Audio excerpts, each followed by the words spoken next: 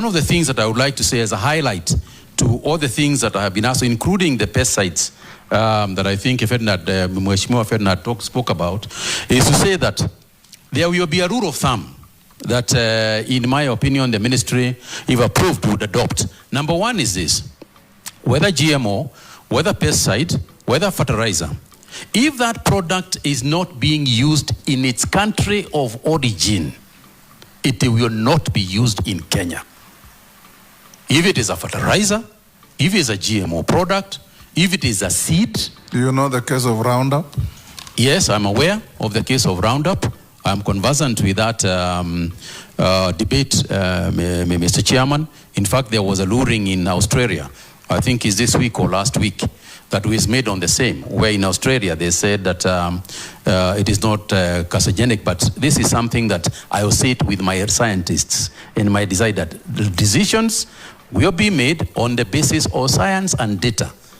Because it is not enough that I proclaim here, but I can tell you that there will be no product that is going to be sold in this country under my watch in the Ministry of Agriculture and Livestock that is going to be a product being tested here. We are not guinea pigs.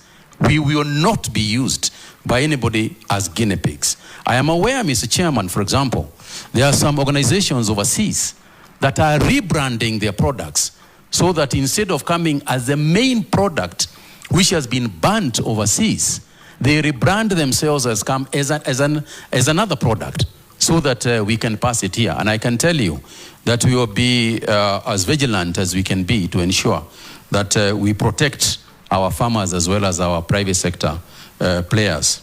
The handling of COVID-19 at that time was such a nightmare.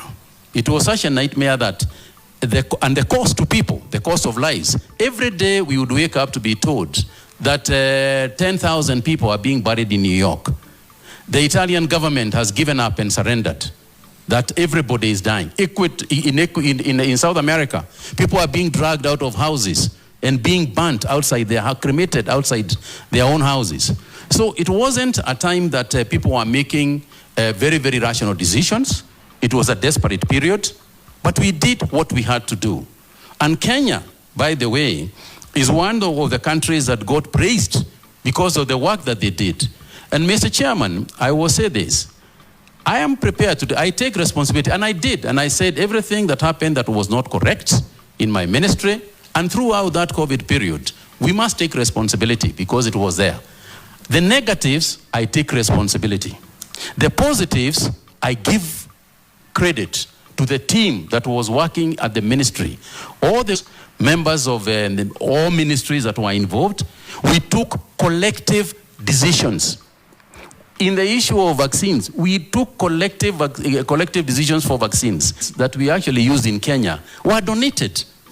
There were donations from the United States government, from the World Health Organization, from European governments. Yes, they were of a great value.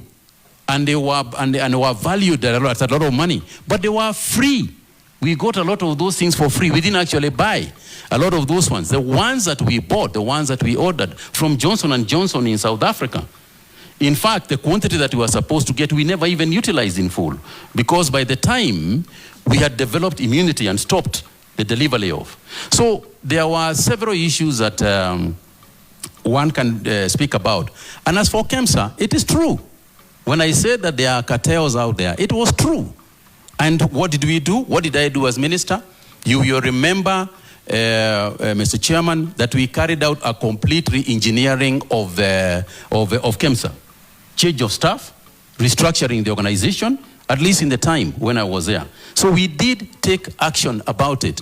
And I'm the one who invited the investigating authorities to come and go through it so that we can see how we can change the entire structure to do a better job in a crisis like that. For me, Mr. Chairman, what I say is that I hope, because there will be another pandemic, it is not a question of whether it will be there. It's not a question of if it will come. Looking at the global situation today, It is very likely that we are going to get some zoonotic and other pathogens that will cause pandemics in the future. And it's a question of being prepared for it and hope to God that there will be somebody sitting in those offices where he or she will have to make some very difficult decisions, notwithstanding the fact that eventually they could be verified for those decisions. But I hope to God they will have the guts to go on anyway and save lives.